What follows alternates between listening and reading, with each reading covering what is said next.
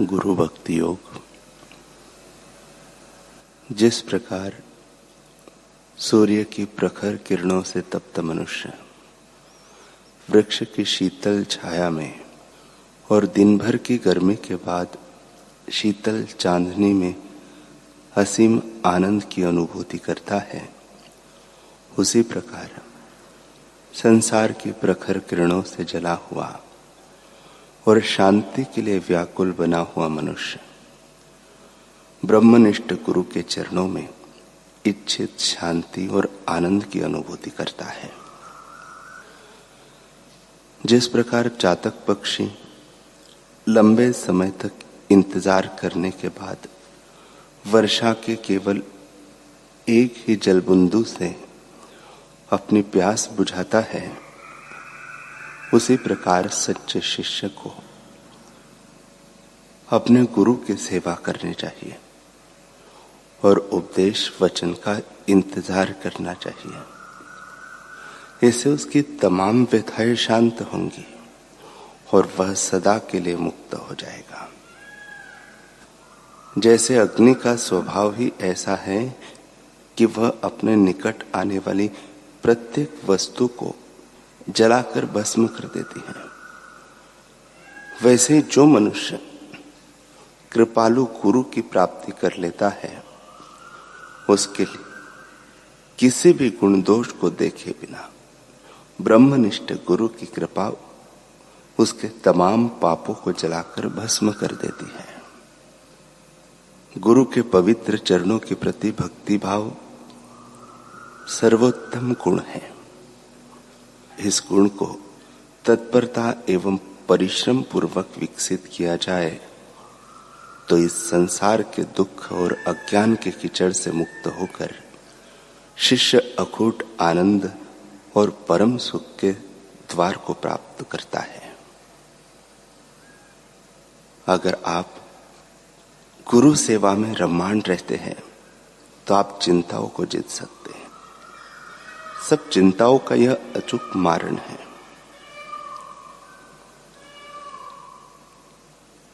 साधक के लिए केवल इतना ही आवश्यक है कि गुरु भक्ति योग के मार्ग में अंतःकरण पूर्वक प्रामाणिक प्रयत्न करना।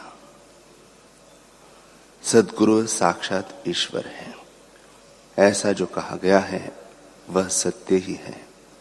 उनकी महानता शब्दातीत है।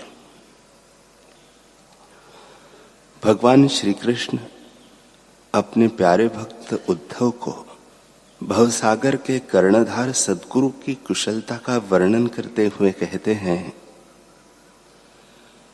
नृदेह माध्यम सुलभम सुदुर्लभम प्लवम सुकल्पम गुरु कर्णधारम मयानुकूलेन नभस्वर तेरी तम पुमान भयाब्दीन तरे तम स आत्महा।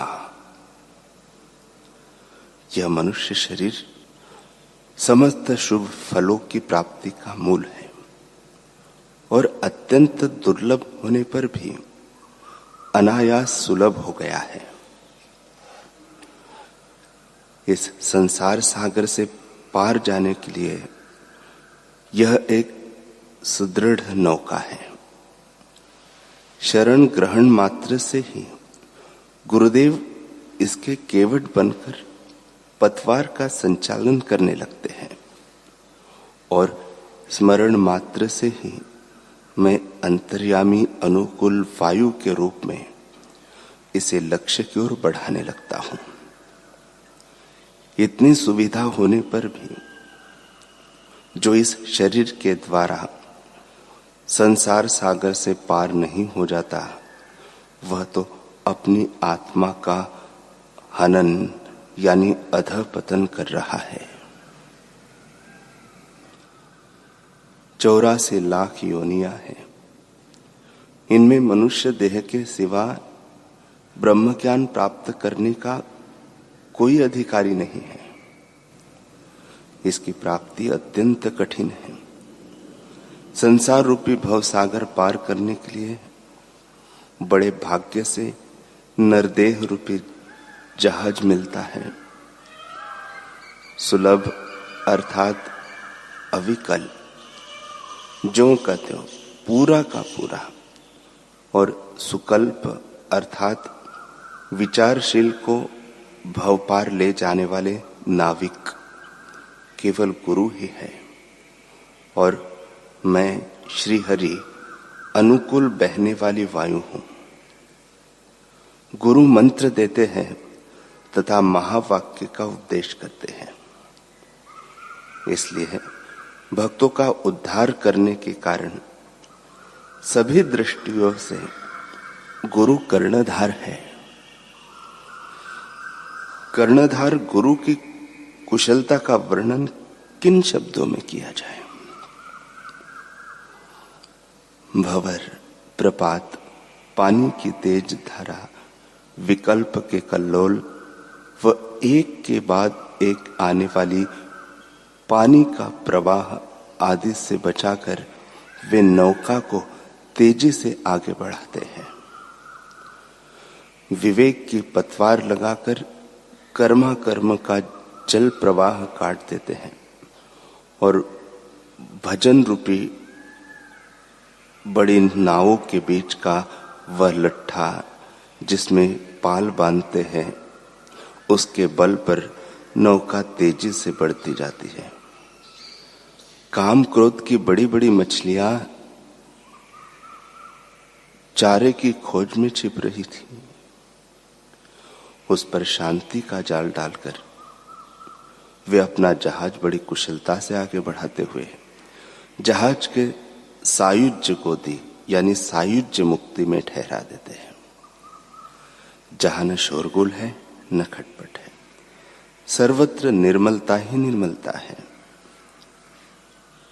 ऐसा यह नरदेह का दुर्लभ जहाज है, जहां श्री गुरु रूप से मैं ही उसका कर्णधार अर्थात नाविक हो।